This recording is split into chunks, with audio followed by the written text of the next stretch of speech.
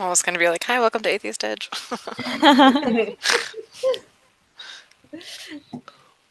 Are we live now? I think we're live. I think we're live. Hello. Hello.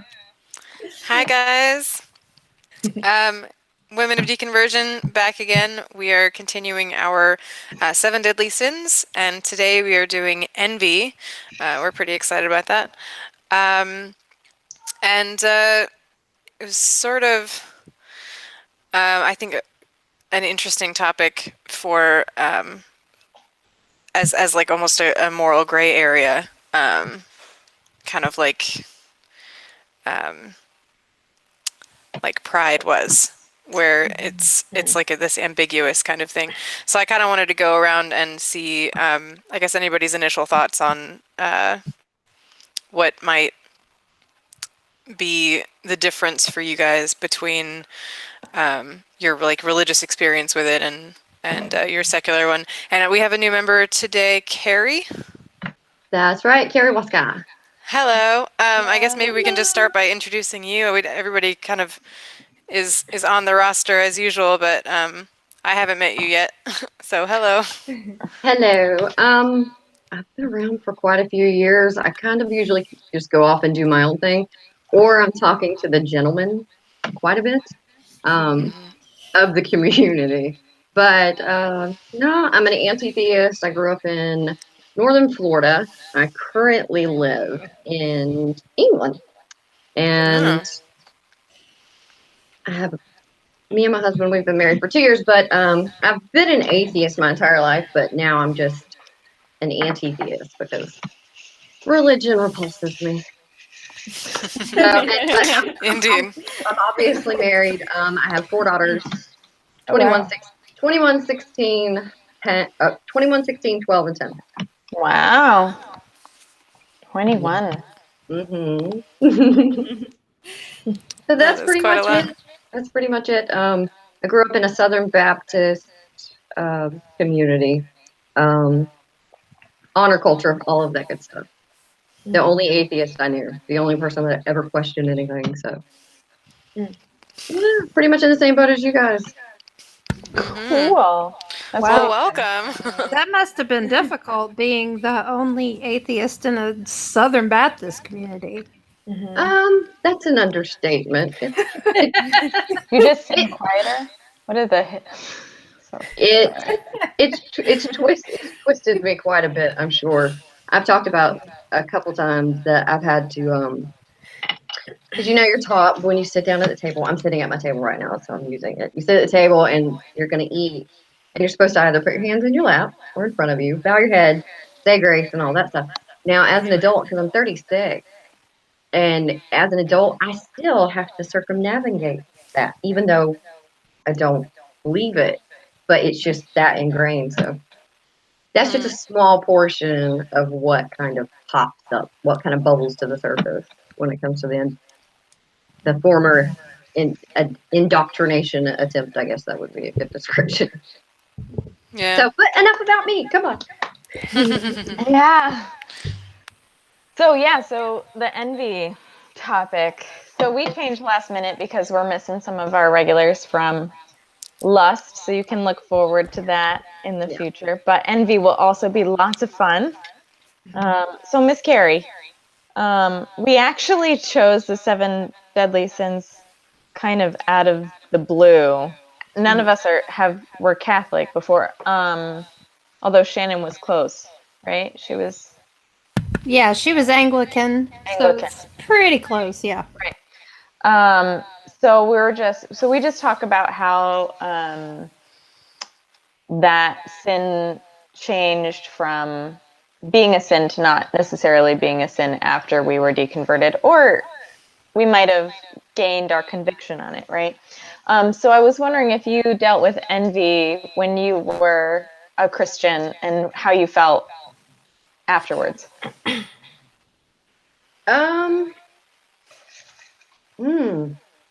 Let me think about that for a moment.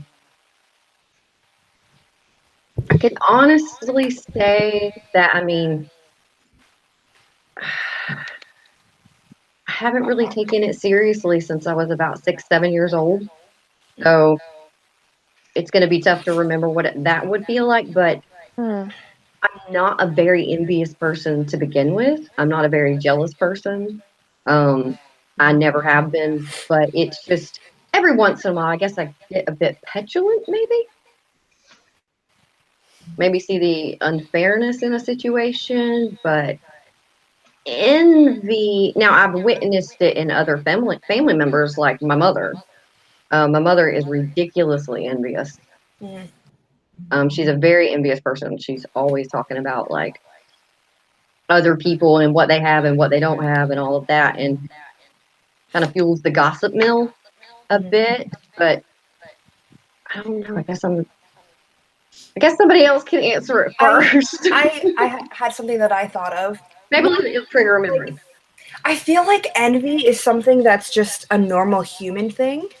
Like, that person has that, I wish that I had that, and so then you feel negative feelings towards the other person. I don't think that's a religious or non-religious thing, but I had something that I thought of about getting over envy. Because I remember as a Christian, I thought envy was really bad because you're not supposed to be envious. Like, the 10 Commandments, it's in there.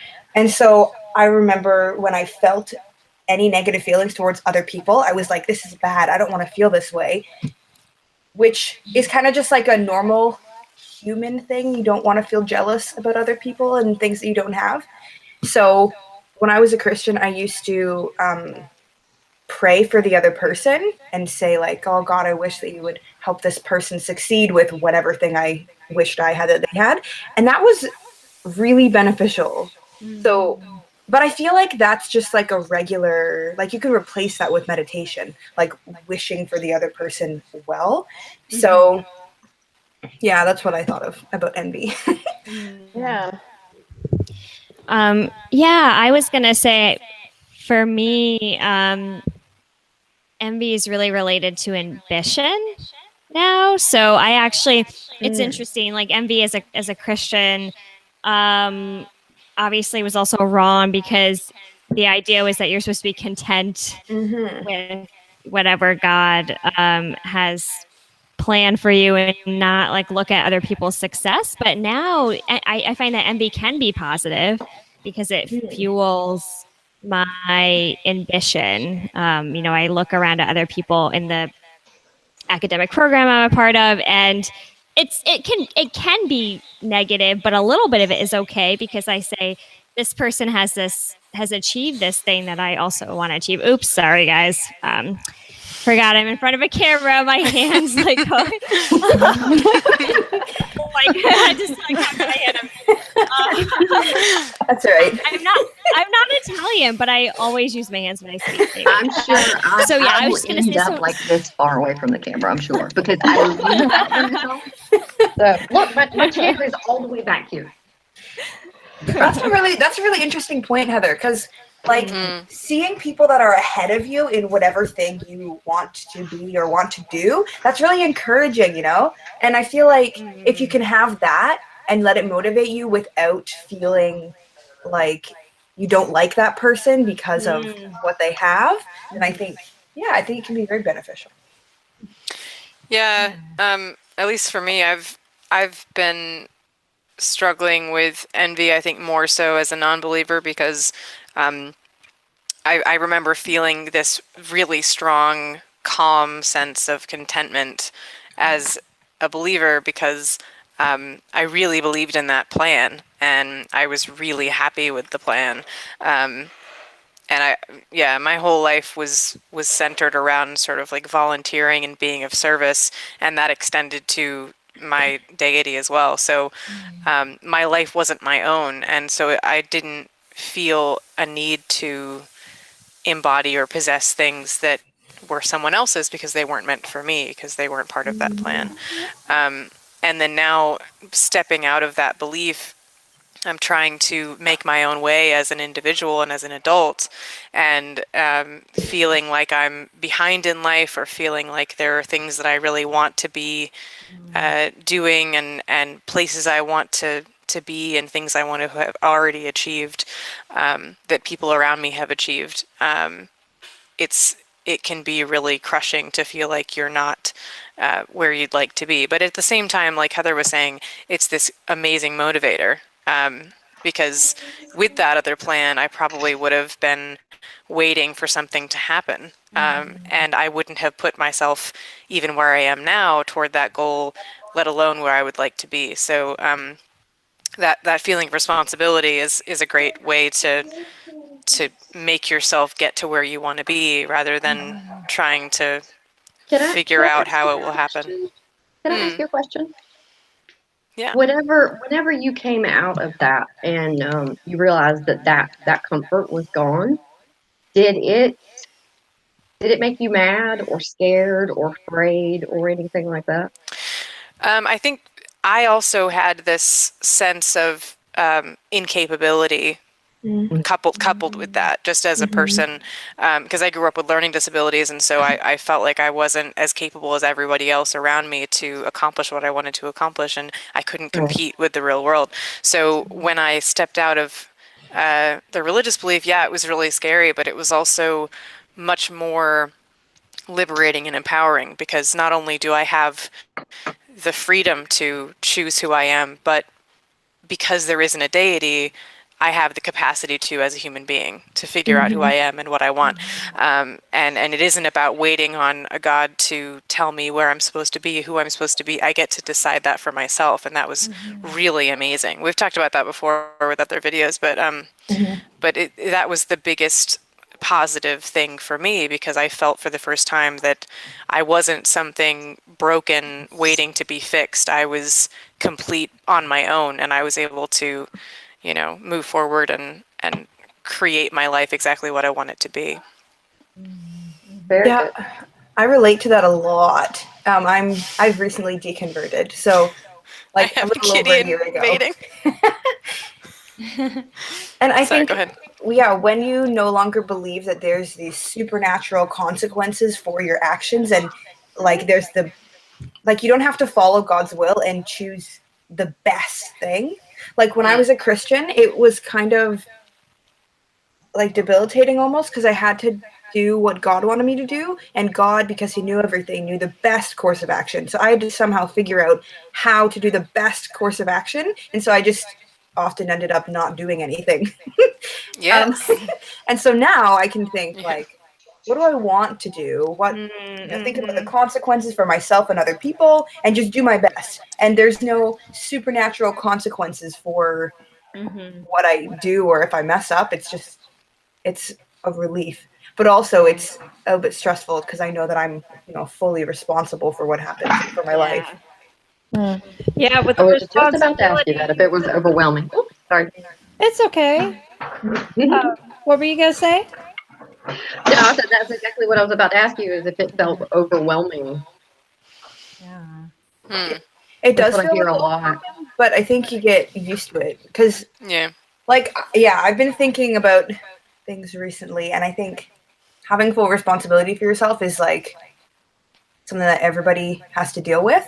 And when you are a Christian, you either delay dealing with that, or you feel like you don't have to because somebody else is responsible for you.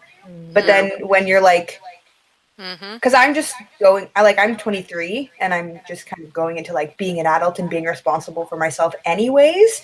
Yep. And now I'm fully responsible for myself, because I don't believe there's any like God telling me what to do. So it's overwhelming, but everyone else has done it, and it's normal. It gets easier.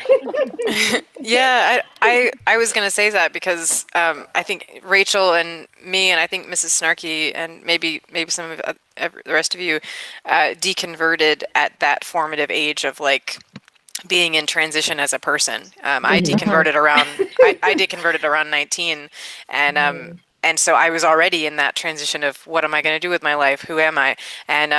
And having somebody deconvert later in life, that they've already formed that sense of identity, and it's encompassed with a higher power. So deconverting in there and feeling like you're already in adulthood and you're already on your own feet. I do kind of wonder, when people do step into adulthood with that higher power, how much it actually affects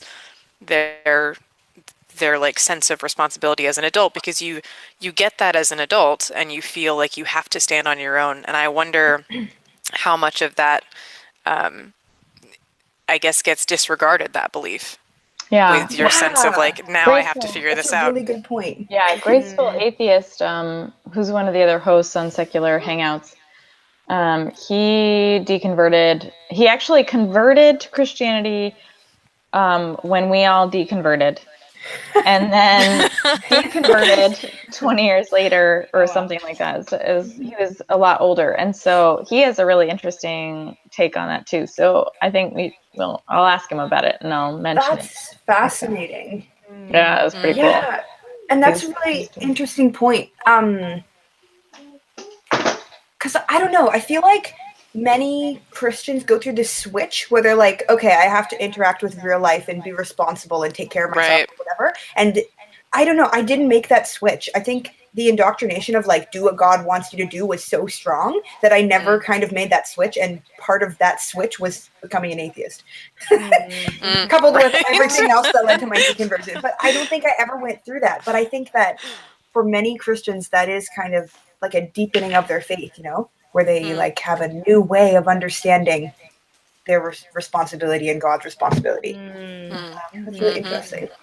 So I'm wondering, ladies, if any of you were envious of people who weren't Christians, because I found myself kind of envious of the non-Christian life, like just that freedom and the sort of devil may care attitude, you know.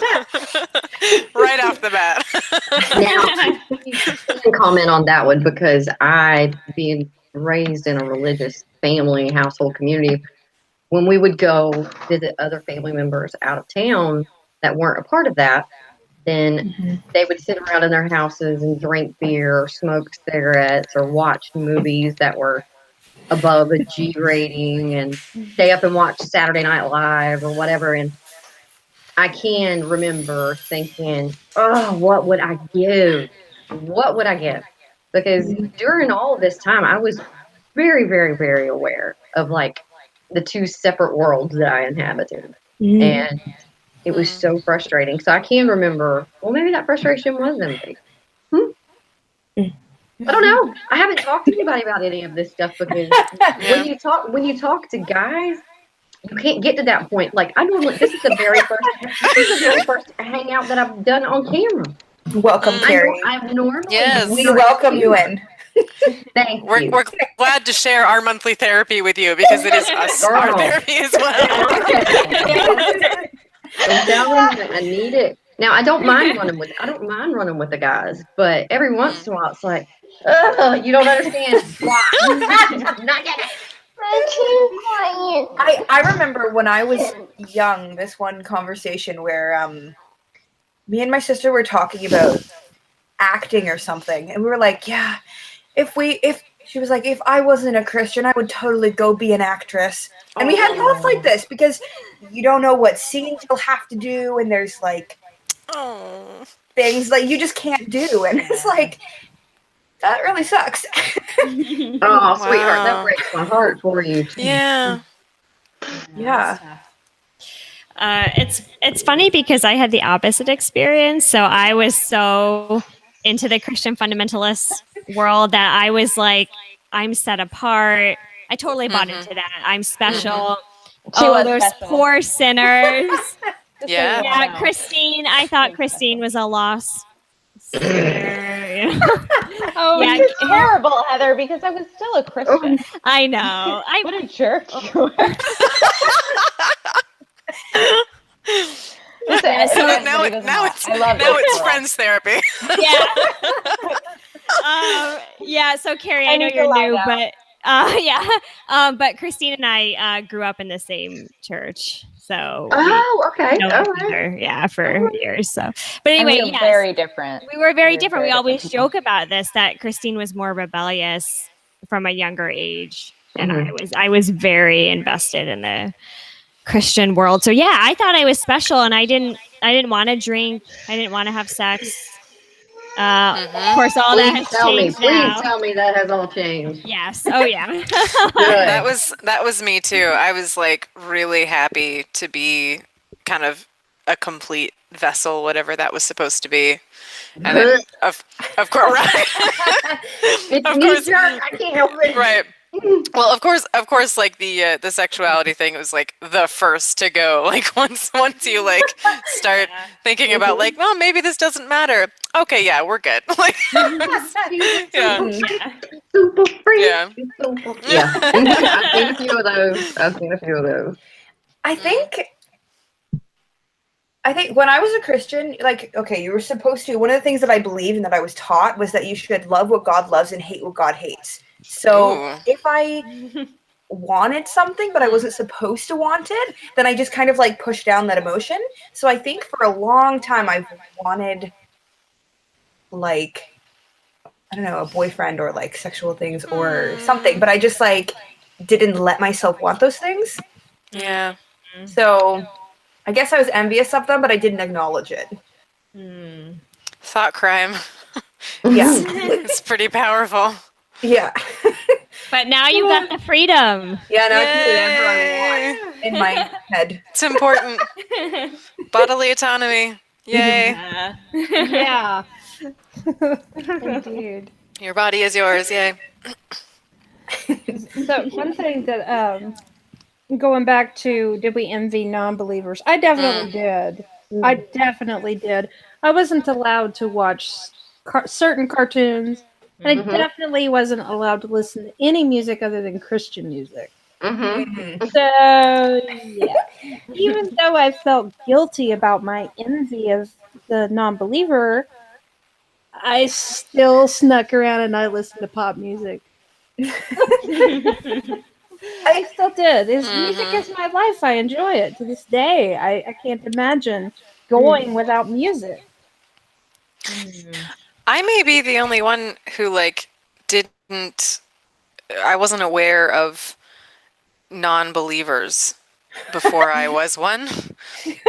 Yeah, like the fully doubting. I didn't realize that it was a thing. So when I lost my faith, I thought that I was the only one. Oh, you did. Because I, all my like experience with films and music and everything, and not that I like grew up in like a heavily Christian saturated thing, but nothing contradicted Christianity in America. Like even like non-religious films still kept this idea of like a higher power, and there was just such a narrative that fit with everything in my life, and I had never been exposed to atheism as a term either. So like, because I didn't grow up in like an Orthodox type of something with a pulpit, so I didn't hear sermons about non-believers and atheists and heathens and stuff like that. So Do you mind if I ask, what branch were you a part of? my parents are Union, so it's like a really small, tiny denomination. Okay, like a That's like, type. I guess I don't really know. I think so. It's a little bit like taking stuff like verses about the rapture. They don't believe in the rapture. They interpret that scripture as like the clearing of the clouds is the clearing of confusion, and yeah, so and they're almost so they're a little bit Calvinist to where they believe that truth of like God isn't something that you're working toward, or Jesus isn't something that you're working toward becoming. When you become a Christian, Christ kind of comes through you as you, and you're just a simple like vessel. So whatever you experience and whatever you do and whatever you're motivated to do is part of that revelation. That's interesting. Yeah, so you embody Christ as a Christian, and So it's like super woo-woo. It's not just woo.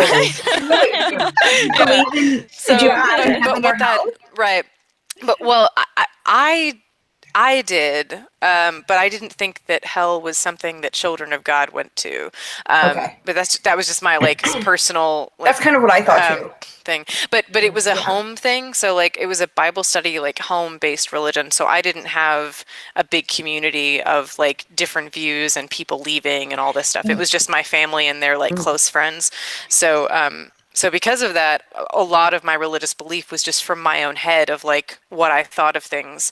And so it was really easy for me to get out of it because there wasn't a lot of like top-down rules and like a lot of it was in my head. And so when my own head started to change, my way of thinking changed, I was able to just like really quickly remove myself from that way of thinking and everything sort of like toppled.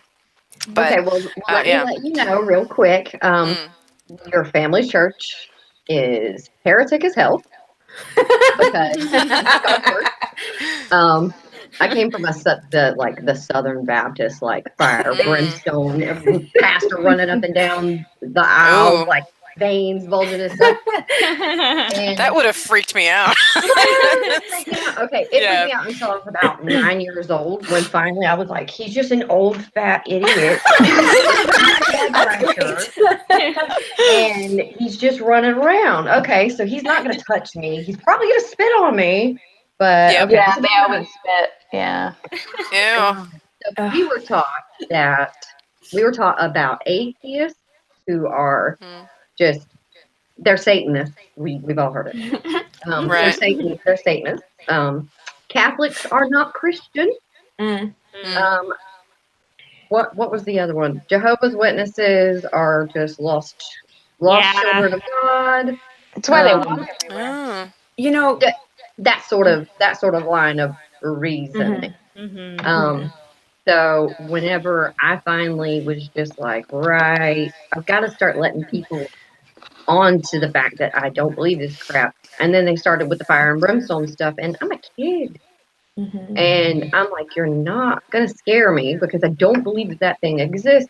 So you threatening me with it is just like, good for you. it was pointless. Yeah. Well, it got me in a lot of trouble. I mean, I was I ostracized. bet. I was ostracized from my friends. I mean, they wouldn't let me go to Sunday school classes and stuff because I would ask questions, or I would have the treats taken away at the end of Sunday school. Like I wouldn't get it. Wow. Just awful shit. But at the same time, Yeah. it was still pretty good. Still pretty good. Like a few good friends in there and stuff. But they just kind of looked at me like, really? Don't be silly, stuff like that. But no, I mean I don't talk to my family to this day. So it's 3 years ago, whenever finally I just had enough of it because they were trying to push it onto my girls, and I can't have that. And it came to a head, and they chose religion over me. So I'm an orphan. That's so sad. Yeah, it is. It's awful. And Then your so family. I will do the victim dance, no problem, right now because I don't want anybody else to have to go through this shit. Yeah. Mm-mm. That's one of the really awful things about religion, how divisive it is.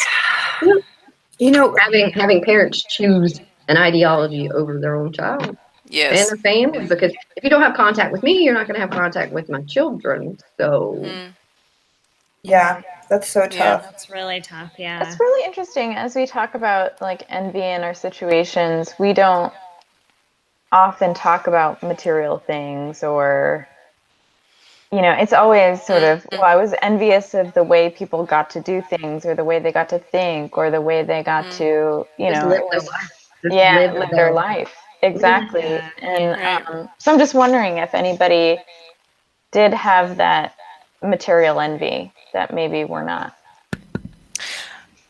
I was definitely envious of like the popular kids because I was just weird. In elementary school. Hand if you were a loser in high school. Loser. Oh, Weird. I know, Mrs. Smith. Yeah. Carrie's like, See, that's the thing is because I have. Whenever you grow up lying your entire childhood and your teenage years, you figure out how to conform and get in there and not stand out because it's in middle school and high school with girls. Man, it's blood sports. Boys think they know about blood sports. They ain't got a fucking clue when it comes to it. We each other's eyes out and smile while doing it. That's just the way we are. But I was a cheerleader in high school. I hung out with all the football players and stuff like that. I was in chorus. I was in theater. I was in everybody's face because I didn't want to give anybody the opportunity to backstab me. I was like, I'm going to be right here in front of all you guys. 'Cause I didn't trust any of these people because they were all liars. I didn't trust them at all. So I guess I took a different tactic than what other people would. And it That's just kind of funny. forever. I think I always felt like I couldn't compete, and so I just didn't. But at the Girl. time, I rationalized it as like, I don't care. All those things are stupid. And I still kind of feel like that just because I'm not a very, like, I'm not Listen into to me. fashion or makeup. That is what your religion taught you. That is how they taught you to think. Put yourself second. You've got to fight it, baby. You have got to fight it. Look, I'm getting closer. So, I don't know. I always thought all those popular kids, like, they're just immature. And I didn't feel like being part of that, like, social structure. So I've always been kind of, like, observing from the outside. So part of it is just because it's hard to, like, integrate into that. But I don't know. I found, like, people that I could be friends with that weren't interested in that sort of social thing. So what were you going to say, Courtney? I interrupt you. No, Me? Oh, Yeah. well, I don't know. I found like my little group of weirdos in elementary school. And then I think by junior high, I hung out with the goth kids because they were really accepting of anybody. And I like the way that I dress now is like slightly preppy, right? And I dressed like that in junior high. And they did not care because, you know, I wasn't like a black wearing. I was like a happy Christian that loved everybody. And like, yeah. So, but not judging anybody. So like you could, I like took care of a girl during a tax test because she had taken X and she was trying to not chatter her teeth away. Because I was just nice to everybody, and I was nice to anybody who was nice to me, and it was fine. But there were groups of girls and you know guys who just thought I was weird and made fun of me and like just didn't have the patience for whatever I was. But by like high school, I like got into theater and I got into speech and debate tournaments, and I had a lot of friends then. But it just it takes a while to figure out like who your people are. Yeah. And my people were like theater techies and like speech actors. That's fair. So still, again, though, no material envy. Yeah, no, It's about connection. I had material envy. confession time. I wanted a Nintendo and I wasn't allowed it because games are the devil. Oh no. Ooh. They I are, was though. envious of that. Yeah, my family didn't want us to have those just because they wanted us to go outside and play. So same. I didn't. I played video games at other people's houses and sweet cereals. Yeah. Because my mother is a dental hygienist or just retired. So nothing sweet in the house, and like I would go to people's houses and be like sweet cereals. And it was ridiculous. Pop-Tarts. Oh my god. Yeah, and now I eat the healthiest non-sweet cereals ever, just because my mom like, put together my tastes by now. But I had a couple years of rebellion. It's kind of interesting how that works out because there were a lot of restrictions on food as well. And it's kind of like once you get out of that, you start just buying all the sweets that you ever wanted when you were a kid. Yeah. You get all the gaming systems, or at least I did. It's the freshman 15.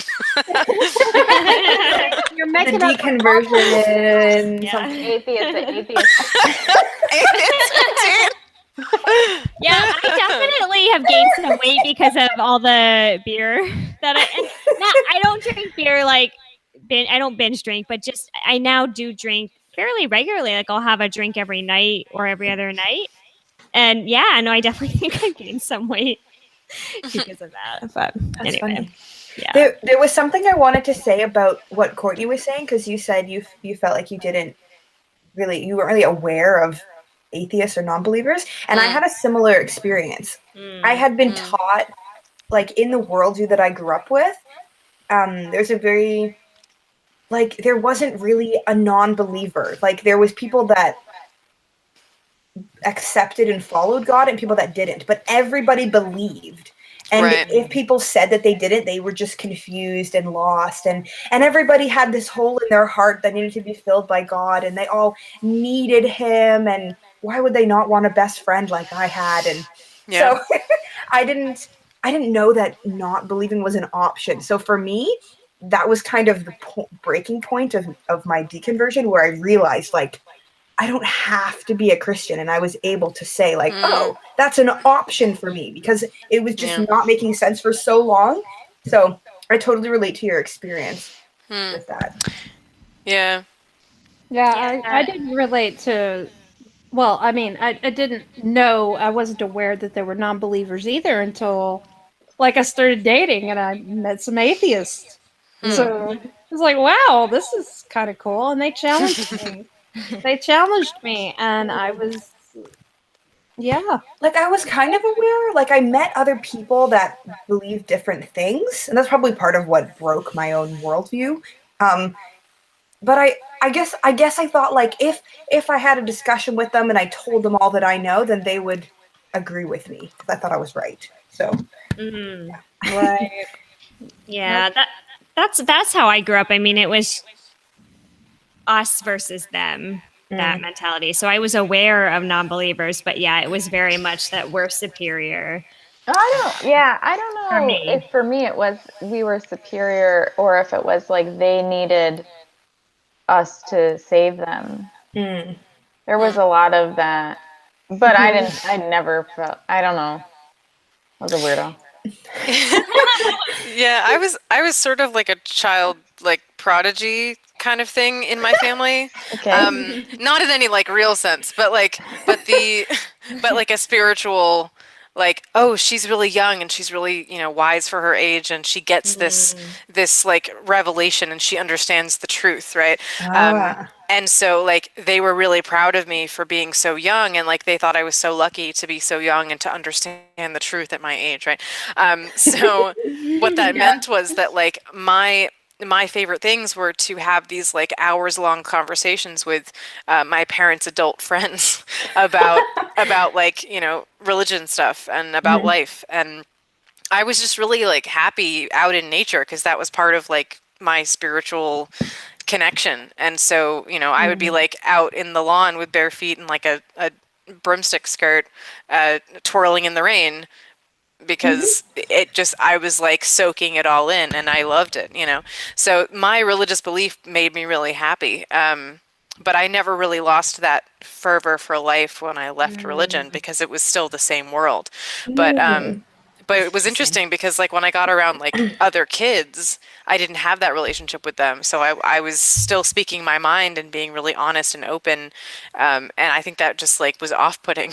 So I feel like we're very similar, Courtney, because I yeah. So I connected with like older people and people that were like my parents, because they were like, oh, she's amazing, and so I felt really good around them. But then like around other like kids my own age, I was like, I don't get you, and they did not get me. They were like, you're weird. Yeah. That's really interesting. Yeah, I had the same experience. Most of the time, I could only relate to the adults. Yeah. So it was really. I was trying to have the same conversations with my peers, and they just looked at me like I was insane or an alien or something, which I already was weird to them anyway, because I'm a redhead and I'm as bright as the sun. But yeah, I really thought what you said about nature was beautiful too, Courtney. Yeah, I really loved it, and I still do. I like to kind of go outside and be in silence and just breathe it in, because it makes me happy, and it, in that sense, I feel this connection to that like person that I was, being able to sort of like dance to silence. It's like really dramatic, but it's like, but it's also like really nice, I love that too. And when I was a Christian, I felt the same feelings as I do now when I'm outside, but before I thought I was experiencing God's presence. Now I just experience it and think this is a human phenomenon. I love it. And it feels it's even more magical because of how it got here. Like, it's so cool, Yeah. It's like, this is like just amazing how this is even here, Yeah. versus just being like a paintbrush of God's doing with like the sunset. It didn't just poof It's here. not God's art. It's like natural art. It's so cool. Yeah, So much cooler. and so random Yeah. the way that it happened, and I think that Nope. that's really No. beautiful. No, it's not random. We can't have this conversation. We can't, not tonight. It's not random. Well, I just mean in contrast to the God painting. Oh, yes. It's not non-intentional. Yeah. Right. There you go. Yeah, but I think that, you know, just being mindful and completely present in the moment is one of those things that really makes you feel alive. Yeah. And those moments are important. Mhm. They Yeah. really are. Yeah, and I would want people who are still religious to know that I still feel the same way now that I did then. You know, there's this deep sense of connection to the world that you're in and the experience that you're having, whether or not it's tied to a deity behind that. Yeah. Because those like transcendent experiences that Sam Harris talks about, like that there's a monopoly that religion holds on that, and it really shouldn't be there. Yeah, definitely not. We still have the ability to feel awe and to be inspired and to have a sense of mystery. We don't have to have a god or a supernatural belief in order to have those feelings. Yeah, all the things that I interpreted as God's presence, I still feel those things. I just don't think that they're God's presence anymore. Right. Right. Right. Yeah, and back to envy, guys. I have a question for everybody. I know like a lot of people talk about or ask religious or non-religious people if you envy the ability to have faith, to have that sense of comfort. I think we've talked about it a little bit. I really don't feel that, but I'm curious if anybody else like feels envious of the ability to have that sort of comfort and Not a faith. chance. Not a chance. Yeah, I really don't either. No, because I would be I giving don't them know. so much more. So much more. Oh yeah, yeah. But like, yeah, it's a lot of people are like, oh well, you know, it's a lot of like, maybe comedians are saying that like, some atheists wish they could have faith, but like you lose your ability to keep your faith, right? That you can't choose what you believe, and so you know we don't really have control over whether we believe. And a lot of us are happier.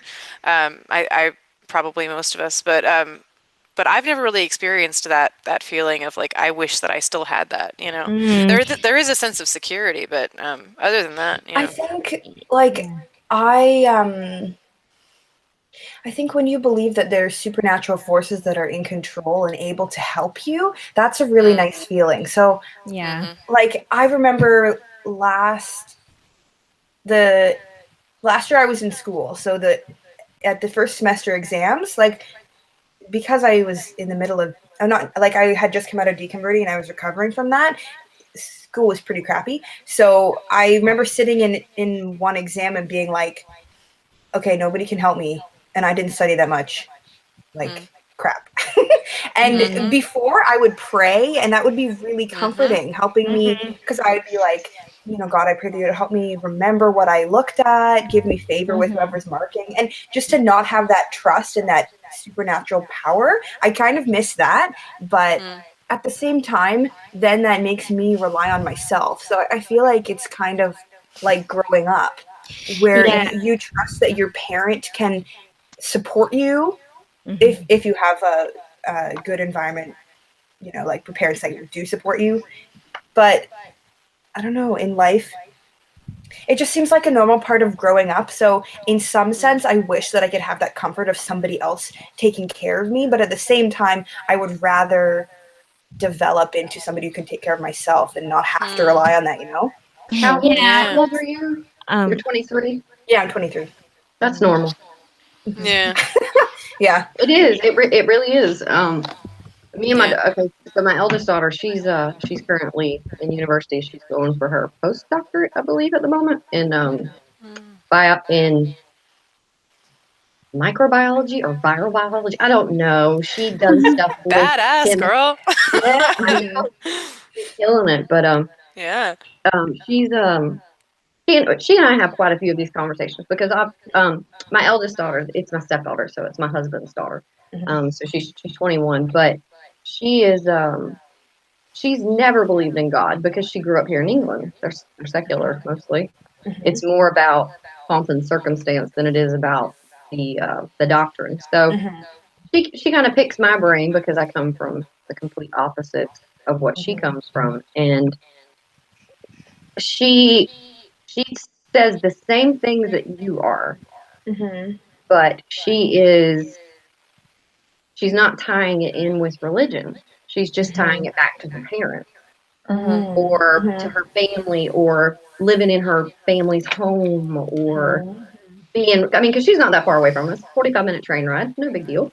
But she gets sick at night or she's on her own in her own apartment. So those moments, they teach you to be more self-reliant. They give you more self-confidence. And I think a lot of religious people, they're not getting that naturally. They're getting it artificially, super artificially, and it's damaging. Yeah, like believing that you have help when there's nothing that's actually going to help you, and when you rely on that, then it's like Right. you just And then you don't. fail. It prevents you from putting and the have an effort in existential yourself as crisis. much. Yeah. Yeah, you you know fail like a what? normal human. Yeah, like I lived by myself for the first time about a year ago. I lived in a little like duplex in a not so great neighborhood. Because I had always lived with like other people. And so this was the first time that I had a place just by myself. And I remember when I first moved in, it was terrifying. And and I lived in front of like some woods, and I had just lived in a not so great neighborhood, so it was just really scary to be there by myself, and to go in and out of my door and everything. So I remember, I was already an atheist for several years when that happened, and so like Rachel was saying, like there's on one hand you'd like for there to be that sense of comfort so you can sleep at night, but on the other side, like there isn't anything there, so you need to be able to protect yourself and make sure. So I got a security system. Yeah. But Yeah. like, You used your brain. You used your intellect, and that right. needs to be promoted. Yeah. Yeah, I agree, but it is hard. I still struggle. This is something Christine and I have talked about in our podcast. I think we've talked about this briefly on here too. That I agree with what you guys are saying. It is empowering, and it is. I am glad that now I have more agency, and I feel like I need to make decisions on my own, and that's been great. And yeah, I also live on my own, and I'm getting a PhD on my own, and it's great. But I still get envious of my parents sometimes, just at their ability to just say, God's in control. I don't know, for me, I think maybe because I deconverted so late and that was so ingrained in me for so long, it is comforting. And I do have moments sometimes where I just say, man, I wish I could just believe in this loving God, benevolent God that's just gonna cause everything good to happen to me. And if something bad does happen to me, it's okay because I'm going to heaven. Yeah, that too. Right. Which now I don't have. That ultimate safety net. Yeah, there is something nice about not having that even when things go wrong too. Because so recently I was applying for I've been applying for a few jobs and I just started one today. Yay! Yay! But one of the jobs I really wanted, and like I felt compelled to pray. It wasn't like I knew the whole. I get that all the time. All the time. Yeah. But when I didn't get the job, when I didn't get it, I wasn't like, I didn't felt betrayed or anything by a deity or something. You know what I mean? It's nice to sort of not, even when things don't come through, it's nice to be able to say, nope, that was on me or on my circumstances or on them. It's fine. It's okay. So it's a lot easier to accept things too that have. There's a reason for it. It's not just God's mysterious will. Right. And you're Mm. able to, if it all comes back to you, you can reflect upon those mistakes and you can change them and learn Yeah. from the Mhm. situation. Mm.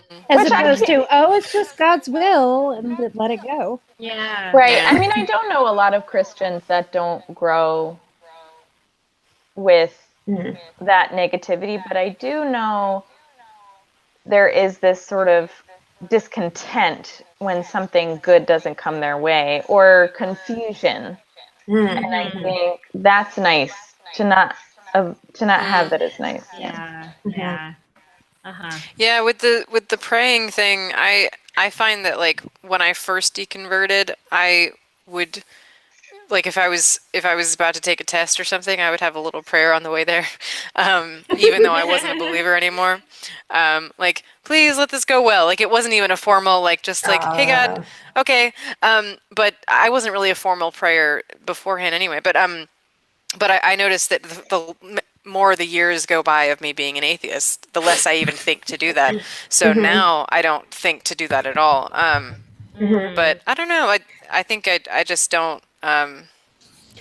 It just doesn't occur to me anymore, I guess. Yeah, Yeah. yeah. Well, I think it has. I mean, you all know I'm the oldest. I think. Well, I've been deconverted for a really long time. Although now that Carrie's Mm. here, she's got me beat. I am in here to lead you all through. So I'm just kidding. I'm an idiot like everybody else. I just have a big mouth. you have a beautiful perspective. We really love it and appreciate it. Mhm. Definitely. Mm. But yeah, so I haven't felt that in a really long time. I think it came to me because of this like dire desire. Mhm. And I Yep. think, Yeah. I don't get it that often, but every so often I do. When I'm trying to do something that's really difficult, like uh, I had to move apartments at the beginning of June, and I had to do that all by myself. So I had to I didn't have a lot of stuff because I was just subletting, and I had most of my stuff at my parents' house. But yeah, I had to clear out my whole apartment, loads and loads of stuff, and then put it all in my new apartment, and it was like a huge big deal. And so I had to, often I had to urge I need help. I didn't feel capable of doing it, but when I did, it was really empowering. Yeah. So yeah, when I have to do something really hard, I feel it. And also, I think because Jesus was like my best friend, and I shared things with him. for So real. when something really good happens, I want to share it with Jesus. But then it's like, no, because it's like he's taking my great thing that I did myself. And he's not real. Yeah. So anyways, that's Interesting. less over time, but I just spent so long being like, oh, Jesus, I had such a great day today. Rachel, most of us call Jesus our diary. Yeah, I journal a lot now. My sister's like, Rachel, stop writing down your feelings. Come over and do this with me. Okay. Yeah. Well, for all the people that they've deconverted and they still have feelings or they catch themselves praying. I mean, that's normal. Mm-hmm. When you're indoctrinated, you never fully recover from it. All you can do is really kind of cope with it. Yeah. And for me, like I caught myself praying a couple weeks ago because I had a family issue, and I was really concerned about a family member and their health, and I was scared. Yeah. That was my go-to because it was so much of a pattern that I couldn't just automatically break free of, And I caught myself and went, "What am I doing?" But yeah, it permeates for a long time. But it gets better. Yeah, Yeah. you learn to cope with it. Yes. Mm-hmm. Yeah. And it's nice knowing that there's people you can rely on. Yes. But sometimes things just suck, and that's the way it is. Mhm. Yeah. Yeah, and you kind of have to learn how to rely on one another instead of the invisible man or whatever. that's watching you all the time, like a creep. Which is freaking creepy. Why is that not creepy? So I'm sitting here listening to Because you you're guys talk taught about, it's yeah, the good. comfort was there, and to think about that somebody always had your back. It's like, yeah, but do you forget that he's watching you while you're taking a bath Honestly, or it possibly now having that sex and stuff like? I mean, he's still there for that too. So I guess it was now that I easy. think of it, it seems like an abusive relationship because it Oh is a yeah, relationship where you don't have any boundaries, and if you love feel bad and me guilty about and something, only you're me, completely or suffer exposed. for eternity. I don't know if y'all have any pets that follow you into the bathroom, but yeah. Or children. Yeah, My daughter sits on my lap sometimes. I They have never a grow dog, out 2 of it. cats, and 2 children follow me to the bathroom at one They point. never grow out of it. They continue to follow you to the bathroom well into adulthood. I promise you, it doesn't change. It's like they can sense it. Yep. Go, let me go to the door and listen. Or I Yeah. have to stupid question. So Jesus watches you poop. I mean, this is silly, but I don't think it's, if there is a God, he's like so much bigger than pooping. It's like not. Like he gonna accepts care. you for But pooping. what if he's not? That is such a good quote. What if he's not? That needs to be on a T-shirt. Oh, I'm sorry. That really hit me.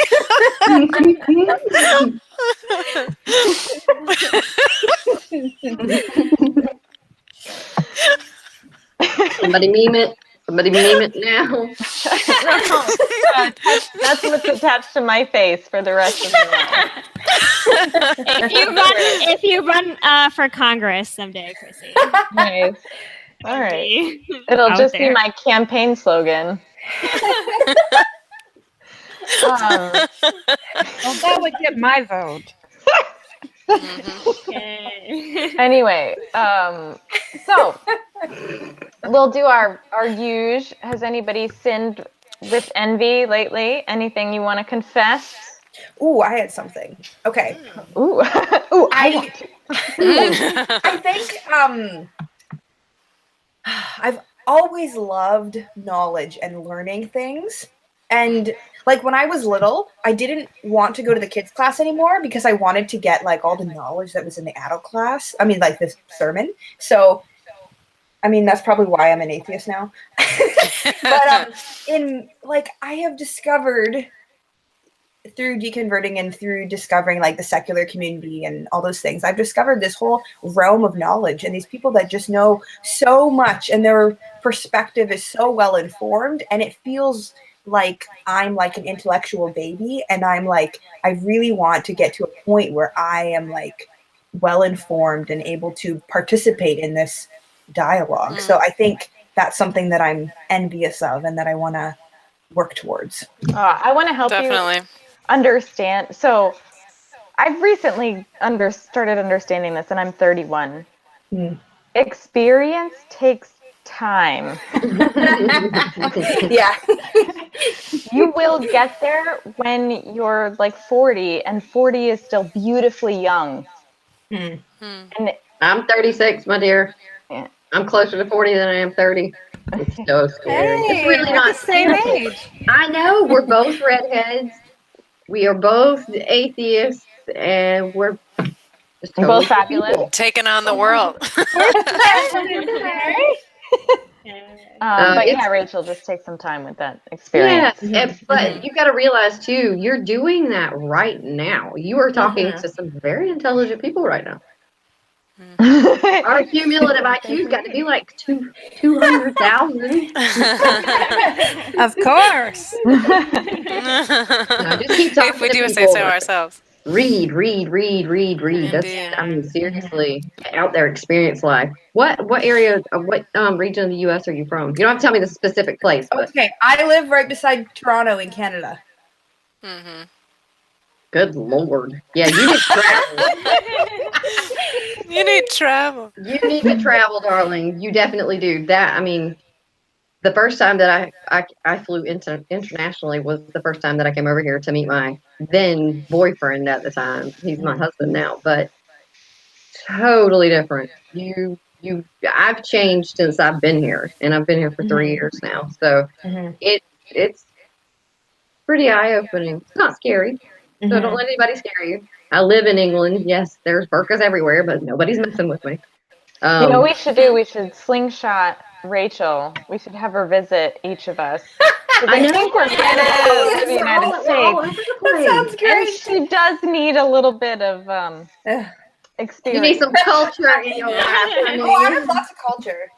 I will hitchhike to England too. Like, yes, that sounds amazing. Hitchhike to England. You know what I mean? Like Courtney on a canoe. It's like I love canoes.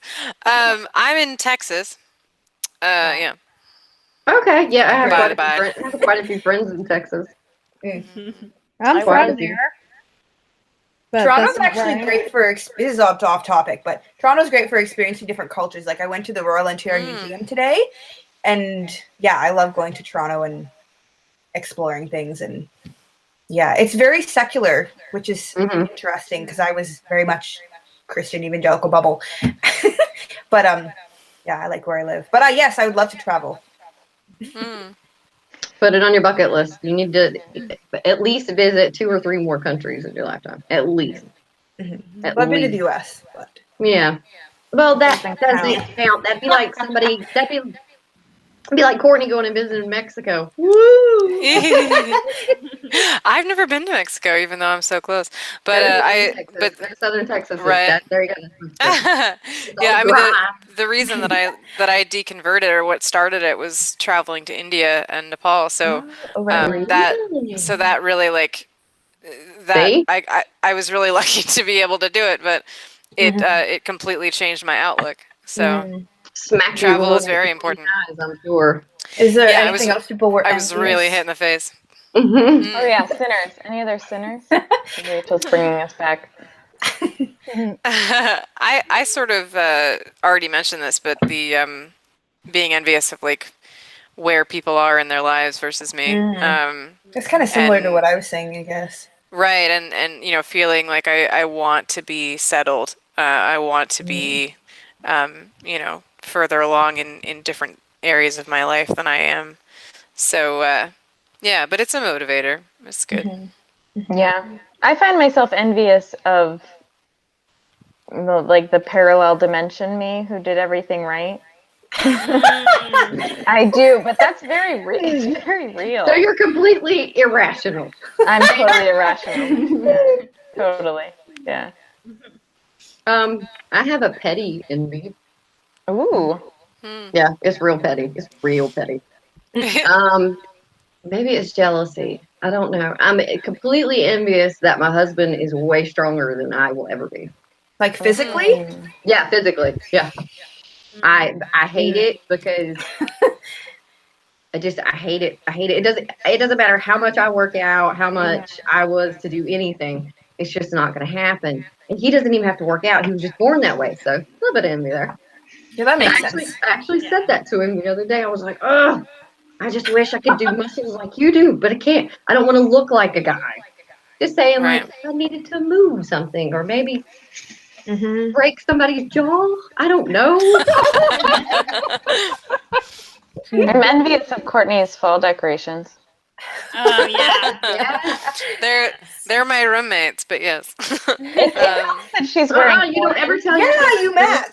You look it. very I know. And your, I decided your makeup as well. It's just all like coordinated. Should I put on makeup? It's actually also my roommate. I don't know if you guys can see it, but it's like it's so pretty. Yeah. I'm not taking credit at all. Wait, can I have your roommate, Courtney? Right? She will love you for that. I will show her this, and she'll be like, "Yes." Lovely. Okay, any closing thoughts, ladies? It's 9:04, and I need to put a child to sleep. To bed. You finished already? Holy cow. Phrasing. Thank you, ladies, for having me. It was a lot of fun. Wonderful. Yeah, this was so much fun. Thank you. Yeah. Thank you. I appreciate it. Nice meeting you. If I could come back again, I would be more than happy to do that. This was a really great time. Thank We'd you, love to have everybody you. out there, for having me and entertaining my silliness. And seriously, I mean, as therapy sessions goes, it's good to have someone who Mm. has done this for a really long time. So we appreciate. Okay. Well, thank you. If I can, I mean, I'm on Twitter at Mudpuddle, MUDDPUTTLE. If any of you guys ever need to talk or have a question about, holy shit, is this ever going to change? Am I ever going to feel normal? Message me, DM me. I'm always around. Cool. Wait, I'll search you. What's your name again? Carrie Waska. I have a YouTube channel too, but it is not child friendly at all. We're not So, children, so it's Rachel. okay. No, Rachel's good. Rachel's old enough now. KARIWASKA. I'll put it in the side chat. Yeah, maybe I'll put it up. I'm not going to commit to that. It's okay. I'll follow you. It's okay, really. I'm not trying to earn subs or anything. I found you and I followed you. Lord have mercy, help you. Anybody else? Closing statement? I'll say that I think envy not only can be a good motivator, but I think it can be a good way to recognize when other people are being successful. And, you know, it kind of adds to that success of like people recognizing that, hey, you're doing a good job with whatever it is. Or like, you know, makeup and fall things. It's good. You know, it's a good way to, you know, I find myself complimenting women all the time on their hair and their like clothing and stuff because I know that I like hearing that and I love to just be like, hey, this is awesome. You know, I love to make somebody's day that way. So it can be really good. You know, it doesn't always have to be like a soul crushing like soul whoops. Anyway, but yeah, like this like whatever. Yeah, I think if for me, I want to like support the people that are around me and like feel good for them when they feel good, and it doesn't need to be like a negative thing for myself or feel bad because I'm not at that level. I can just say, wow, that's so great that they were able to do that. You're not But allowed that's to kind feel of like hard that to anymore. You're kind of hard to atheist. get to. Sorry, we're evil. You can't feel like that. No. Just hate everybody. The apologists will tell you that. You're evil. You're, what is it? You're a Marxist. Right? You're a Marxist. You just want to sin. Yeah. Don't we Well, all? we all want to sin. That is what this is about. Is that not clear? Sin. No, it's not. One thing I do want to kind of highlight here is that envy is kind of good for the economy. I mean, capitalism. Hello. So, and it also it helps us strive to want to do better. And there's nothing wrong with self-improvement. There's nothing wrong with it. As long as it's kept in balance and you know what you can achieve and what you quite possibly can't for whatever reason, just keep a level head about it. No guilt required. Beautiful. Yeah, All right, are Sound we advice. doing that's how we should end. That was beautiful. All right, everybody. Thank you. Wait. Are we doing Oh, plugs or plugs? something? Plugs. Yes. Yeah. I'm Plug if you want to plug. on YouTube. I haven't done anything for a while on my channel, but Rachel in Reality, if you want to find me, potentially I'll be doing something in the future, but I have no set plans. I would like to, but anyways. And on Twitter, I'm Rach in Reality, RACH in Reality. Gotcha. I'm not going to plug Forsaking Faith until I fix my microphone. Well, I can plug it. Oh, she can plug it. So Christine and I have a podcast called Forsaking Faith, and you can find us on iTunes, Spotify, and you can also email us forsakingfaith@gmail.com. We have a Twitter. Facebook page, Forsaking Faith, and we're on Twitter at Forsaking Faith. Yeah, we'll be back soon. I'm just having technical problems.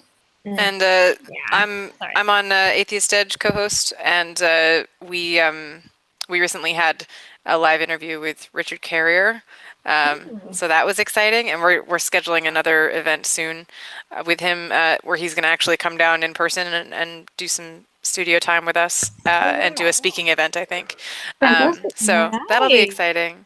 Yeah. So we had a lot of fun just the other day doing that on Saturday. We did an evening live chat with that. So that's Atheist Edge, and we're on like Twitter and everything. We're on Stitcher. Yeah. Which is what? It's a I don't know if it's like an iPad Podcast. thing too, but it's also it's a podcast like hub. Okay. Never So we're like on we're like a podcast version as well as like YouTube and videos, stuff like that. Yay. Carrie Waska, Kariwaska on YouTube, and I have to spell it because I have a weird spelling of Carrie. And Carrie Waska again on Twitter, and I'm an anti-theist. I talk a lot about politics, social culture. I am not politically correct. So, but I try to gauge myself depending on the person that I'm talking to. My YouTube channel is just me, really just giggling a lot at silly Christians on YouTube, and every once in a while I bring on like some sort of a tech video, a cute animal video or something, and I'm usually by myself because I don't play well with others. But All right. so if you want to come visit me, but thank you, ladies, so much for having me. I appreciate it. Thank you. I'm glad you were here. And of Yeah, course, me too. I'm Mrs. Snarky. I also have a YouTube channel. I'm also on Twitter, Mrs. Snarky, at Mrs. Snarky. And most of the time, I just talk about what I want to. Sometimes it's New Age stuff, occult stuff, sometimes politics, feminism, just different stuff. And yeah, subscribe. Alrighty. All right. Thanks for joining us, everyone. Saw Shane here. I saw Toby Martin, Wonder Lady, Purple Rhymes with the Orange. Some great people. Miss Snarky, do you want to shout out to anybody? Thank them for, because you were out there.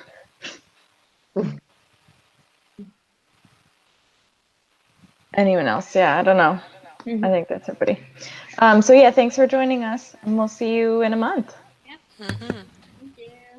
Bye. Bye.